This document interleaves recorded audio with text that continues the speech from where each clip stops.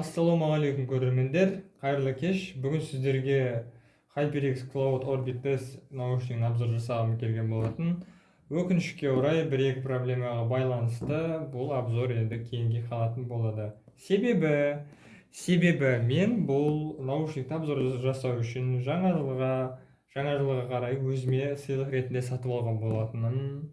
Бірақ Технодом саған рахмет. Үлкен рахмет осындай жұмыс жасамайтын наушник жібергеніңе.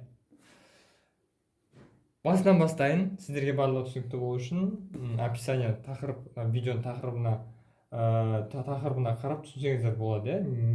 Тақырыбын өзі айтып тұр. Технодом оңбаған екенін. Осыдан 2 күн бұрын 26 желтоқсанда мен өзіме онлайн интернеттен Cloud Orbit S заказ берген болатын Технодомнан. Оны наличка емес, оплата через Каспи или карточка емес, кредит, даже рассрочка емес, кредитке алған болатын. Кредит, переплата 46 000 теңге. Жарайды. Хорошо, переплата жасадым 46 000 теңге. Сол переплата жасағаным үшін бір жақсы жұмыс жасайтын наушник берсе мейлі ғой, но жұмыс жасамайтын наушник берген маған. Ол қалай болды? 26 күні желтоқсан осы сатып алдым. Доставка 2 күннен кейін көрсетілді. Хорошо, жарайды. 28, бүгін 28-і күттім. Курьер алып келіп берді. Курьер алып келген кезде мен дала суық далаға шықтым, қалтырап дірілдеп. Курьерна коробканы көрсетеді ма? Коробканы көрсетеді, коробканы сразу ашып бастайды. Хорошо, мен айттым: братан, сен неге өйтіп ашып жатсың? Но витринада тұрған наушник па дедім. Ол жағын білмеймін, менің жұмысым саған осыны бүйтіп ашып көрсетіп беріп, қол қойдырып кету деді. Осыны бітіремде, мен жұмысым сонымен бітеді, оның качество, не качествосын өзің ар жаққа барып выяснять етесің деді. Хорошо. Коробкасының ұсқыны осындай нашар болса да, ішіндегі наушник жақсы жұмыс жасаса болды деп ойладым. Коробка ашып көрсетті, вроде бы царапины, ничего нету. Бір жері сынбаған, бір жері майыспаған, түрі нормальный. Енді бір-екі жерінде, конечно, кішкене шаңдар бар. Ол енді шаң әр неде болады, әр затта бола береді ол. Хорошо, жарайды, братан дедім, қолым қойып бердім, бірақ 14 күннің ішінде андай ақаулар тапсам қайтарып беруге болады ғой дедім. Хорошо, қайтарып бересің, олар саған өзін әкеп береді, жаңасын егер проблема тауып жатсаң деп. Енді ол кісі тіл байлығы мықты екен, әдемілеп сөйлеп қол қойдырып алып кетті документті. Мен наушникті алып қалдым. Енді далада қалтырап дірілдеп тұра бермей наушникті үйге кіргіздім, күттім бір 5-10 минут. Наушник далада кіргеннен кейін мұздай наушникті күттім, жылыған. Наушник жылыды. Наушникті енді қосайын деп ойладым.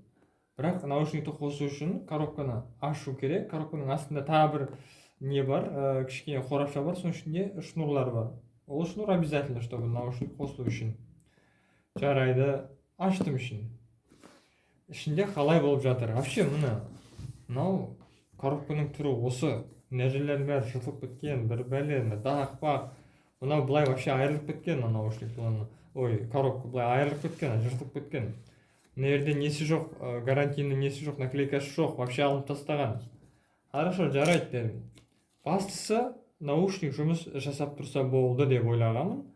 Өзіме сыйлық бір жағынан көрермендерге бұл наушник қалай жұмыс жасайды екен, соны обзор жасап берем деп ойлағам қазақ тілінде. Жарайды. Енді сіздерге ашып көрсетейін қалай болған. Наушникті шығарды, коробканы аштық, наушникті былай шығардым.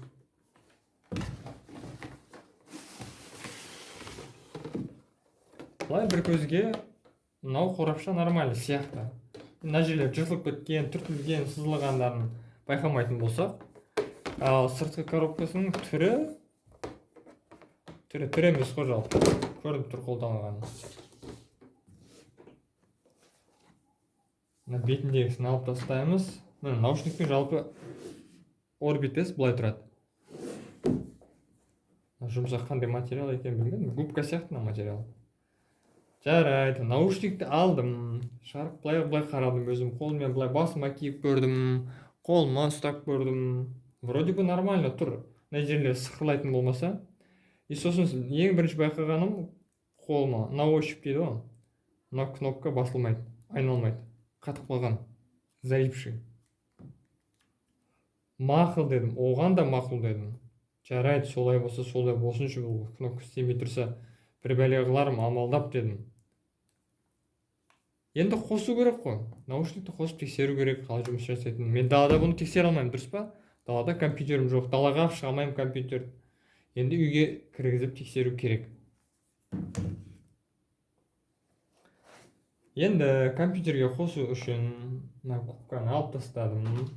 Оның ішінде мынандай кішкентай қорапша және макулатура, қағаздар, документация, білмеймін, карантинкасы бар ма бұның, жоқ па, оны да байқамаппын. Мынау карантинка деп атала ма, Quick Start Guide, карантинка деп айтуға да болмайды.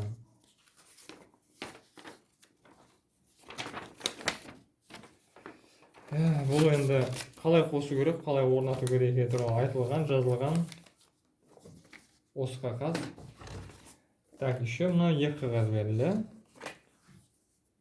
Бұл жерде не деп айтылған? Мынау гарантинкасы осы болар, білмедім. Жалпы осы екі қағаз бар тағы да. Қалған қағаздар болған болса білмеймін қайда екенін. Менікінен шықпады. Міне жалпы осы екі қағаз және мына қағаз. Мынау менің ойымша бір рекламный не сияқты, HyperX-тің өзінің рекламный нелер сияқты, флайерлары. Мынау енді өкінішке орай ағылшын тілін өте нашар, түсінбеймін. Не деп жазылған, не етіп жатқан түсініксіз. Возможно, карантинкасы осы да болуы мүмкін. Жарайды, суть ода емес. Енді мен шнурды алуым керек мына жерден. Мынаны наушникті компьютерге қосу үшін шнурды алу керек. Мына қорапшаны ашамыз. Мынаның ішінде бір носки сияқты тряпка жатыр. Бұл негізінен тряпка емес, бұл по идее бұл қапшық дейді ғой, дорба, кішкене дорба. Бұл әдемі бүктелген, квадратик бүктелген әдемі формада тұру керек. Кез келген блогердің распаковка дейді ғой, распаковкасын көрсеңіздер, бұл заттардың барлығы аккуратно әдемі бүктеліп орналасуы тиіс. Бірақ менікінде көргендей бір ескі носки сияқты оралып ішіне сап қойсаған. Одан соң мынау шнурлардың барлығы жеке-жеке оралған болу керек. Шнурлардың барлығы жеке-жеке оралып, жеке болуы тиіс. Мына микрофон жарайды, микрофон ішінде тұра берсін, бұл сөз жоқ. Міне мынау шнурлар. Бұл шнурларды мен осылайша әдемілеп қойдым. Одан алдын вообще ужас. Бір-біріне оралып, бір-біріне жабысып жатқан еді. Мына шнурды алып шықтым, мынаны қосу үшін наушникті алып шықтым, қостым компьютерге. Компьютерге қосқаннан кейін бір-екі видео тыңдадым, бір-екі өлең тыңдадым. Бір құлағы жұмыс жасамайды. Бір құлағы может драйверден дедім, барлық софт, барлық керек нәрселердің бәрін скачал. Барлығын орнап жүктеліп орнаттым. Барлығын қойдым. Қосып өшіріп қойдым. Қайтып қосып өшіріп қойдым компьютерімді. Жоқ, жұмыс жасамады. Сол құлағы жұмыс жасамайды, сол құлағындағы кнопка дұрыс жұмыс жасамайды. Яғни звук, дауыс тек қана оң құлаққа келеді, сол құлаққа келмейді. Өкінішке орай солай. Рахмет саған, Технодом. Енді қалай боламыз? Қалай істесек болады деп ойладым енді. Қалай ауыстырсам болады? Технодом 17-17 колл-центріне хабарластым. Мынаны барлығын қайтып салып қойын енді. Технодомға 17 несіне хабарластым, колл-центріне. 10-15 минутте күттім. Енді ол стандартный процесс болып қалды. Қазіргі колл-центрлардың барлығы занят болады. 10-15 минут күттім. Алмады. Одан кейін екінші рет хабарластым. Бір 3-4 минуттың ішінде көтерілді. Дәл қалай тұрды, дәл солай саламыз ішіне. Дәл мыжылып тұрды ғой, мыжылып саламыз. Қалай келді, солай тұрсын ішінде. Жалпы колл-центрдан бір қыз көтерді телефонда. Сөйлестік, ананы барлық мән-жайды түсіндірдім. мен сізге так анау мынау көмектесе алмаймын, сізге технодомның өзінен көмектесу керек, технический поддержкадан. Мен сіздің жалобыңызды қалдырып қоямын, олар үш және 5 күн арасында сізге хабарласады. И то не факт оның проблеманы шешерін шешпейтінін. Жалпы уақыт созу процесі. Уже түсіндік қой бұл кісілерді. Барынша уақыт созылып кете береді. Бұл бірақ тана Шымкент қаласында бірақ тана бұл наушник. Яғни проблеманы шешкеннің өзінде де ол мамандар наушникті басқа қаладан заказ беру керек. Ауыстырып беретін жағдай болса, и то басқа қаладан заказ береді да, еще мен тағы да 3-5 күн арасында олармен хабарласып сөйлесіп тұруым керек, күтуім керек. Жалпы жаңа жылдан кейін тағы да 15 күндей кетейін деп тұрмын оған. Сондағысы мен наушник алғым келгені үшін тағы да 15 күн тоқтым керек. Не деген адамдар. Сонда технодом психологияны қалай, технодомдағы адамдар қалай ойлайды? Мынау жұмыс жасамайтын наушникті бір тупой адамға пихать етіп құтылып кету ма сонда мақсаттары? Неге сатып алушыны ескертуге болмайды? Бұл зат витринада немесе коробкасы ашылған, қолданылған, немесе қолданылған зат болмаса да витринада тұрған зат сізге бола ма, болмай ма деп сөйлесуге, сұрауға болады ғой консультанттары. Жоқ, үндемей келіп пихать етіп кету, қолына ұстатып кету, главное бастысы документке қол қойдырып кету. Мен не істемеді, мен наушникті 146 000 теңгелік наушник, с переплата 146 000 теңге болып тұр. Я же в кредит купил, кредитке алынған зат бұл. Мен еще кредитін төлеуім керек бұның. Бір айтқым келетіні, технодомның сондай оңбағандығы, жұмыс жасамайтын затты қарапайым халыққа алдап соғу арқылы. Көбісі айту мүмкін, сен өзің қарауың керек еді, алдап соққан жоқ қой, анау мынау. Бұл заттарды регулярно сол жерде технодомда жұмыс істейтін адамдар тексеріп тұру керек. Ақыры витринада тұрды ма, витринада тұрған затты бірінші очередь тексеріп, сосын беру керек адамға, сосын беру керек покупательге. Егерде бұл жұмыс жасамайтын наушникті сол жерде тексере отырып, бір құлағы жұмыс жасамайтын біле тұрып, осыны берген болатын болса, сол адамдар, жағдай өкінішті. Сондай оңбаған адамдар екен. Адамды алдап соғып, жұмыс жасамайтын қымбат затты өткізіп жіберу. Бұл бірінші жайт емес. Өкінішке орай бұдан алдын да технодоммен 1-2 жайт болған менде. Оны айтпақ қояйын, ол өткені менің қолымда не дәлел жоқ қазір, не тауардың өзі қалмады, мен оларды қайтып лақтырып жібердім, сындырып қойдым, сатып жібердім ол заттар. Хорошо. Мен сіздерге айтайын дегенім, бұл бірінші жайт емес. Бұл уже бірнеше рет осылай болып жатыр технодоммен менімен. Өткен мен көп техника аламын да өзіме. Наушник, мышка, клавиатура, монитор, системный процессор, өте көп зат аламын мен. Сонымен қорытынды қалай бұл жайт болды? Енді не істеймін? Қорытынды бұлай. Барлығын түсіндірдім. Колл-центрде барлығын түсінгендей болды. Енді Құдай қаласа хабарласатын шығар, енді 3 және 5 күннің ішінде сол кісілер, сол мамандар колл-центрдегі қыздың айту бойынша хабарласпаса, мен тағы да хабарласам. Шағымданатын жерлерге барып шағымданам. Енді бұл оңай болмай тұр, тегін зат емес, 146 000 теңге. Тағы да өкініштісі, мен қазіргі күндері өте қатты ауырып жүргендіктен далаға да шыға алмаймын, басқа жерлерге де бармаймын, тек үйде отырамын. Жалпы былай карантинде отырмын да, үйде ешқайда шыға алмаймын. Өкінішке орай зубнойға, дантистке, парикмахерге, тағы да басқа қызық көретін жерлерде немесе жұмыс бабымен де далаға шыға алмай жүрмін, карантиндемін. Сол жайтты WhatsApp арқылы түсіндірдім технодомға. Олар түсінгісі келмеді. Бізге пофигу, сен 14 күннің ішінде бізге әкеліп беруің керексің, біз оны сервисіне жібереміз.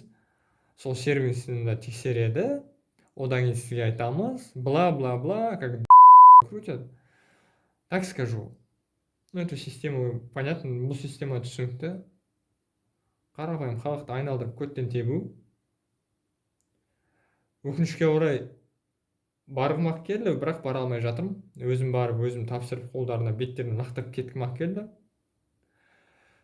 Өкінішке орай олай істей алмай жатырмын. Өзім ауырып, өзім үйде отырғаннан кейін өзім шыға алмай, өзім бара алмаймын ол жерге. Мүмкін басқа біреуді жіберетін шығармын, егер басқа біреу келіп мен алған затымды удостоверениемен қайтып өткізе алатын болса, мүмкін, может, я попрошу кого-то еще. Ол қабылдамауы да мүмкін, басқа бір адам келгеннен кейін менің затымды қабылдамауы да мүмкін, өкінішке орай. Не болса да 3 және 5 күн аралығында хабарласу керек, соны күтеміз. Ең бастысы айтқым келгені, Технодомнан зат алатын болсаңыздар, абайлаңыздар. Сіздерге ең басты советім тексеріп алыңыздар. До того, ол жерде оңбаған адамдар жұмыс істеуі мүмкін, сізге істемейтін затты осылайша алдап өткізуі мүмкін. Мен өте қапамын. Өте қатты қапамын. 146 мың теңге деген оңай ақша емес, соның заты мынау. Алып келіп бергендері мынау бушный зат, істемейтін, қолданылған зат. Біреуінен қолданғаны көрініп тұр. Коробкасының барлығы ашылып тұр. Сіздер зат алатын болсаңыздар, Технодомнан ойланыңыздар. Бірінші тексеріп, сосын алыңыздар. Қол қоймаңыздар ешқашан. Сізді мынау деп өтіріктен асты үстіңізге түсіп қол қойдырып алуы мүмкін. Оған сенбеңіздер. Қол қоймаңыздар. Бастысы тексеріп алыңыздар. Өкінішке орай мен тексере алатын мүмкіндігім болмады. Бұны компьютерге тығып тексеруге керек болғандықтан кейін мен қол қойып далада тұрған таксистті де жібердім, өзім де жаурап кеттім, өзім үйге келіп, өзім кейін тексердім. Сіздер мүмкіндіктеріңіз болатын болса, тексеріп алыңыздар, обязательно. Сенбеңіздер бұл Технодомның адамдарына.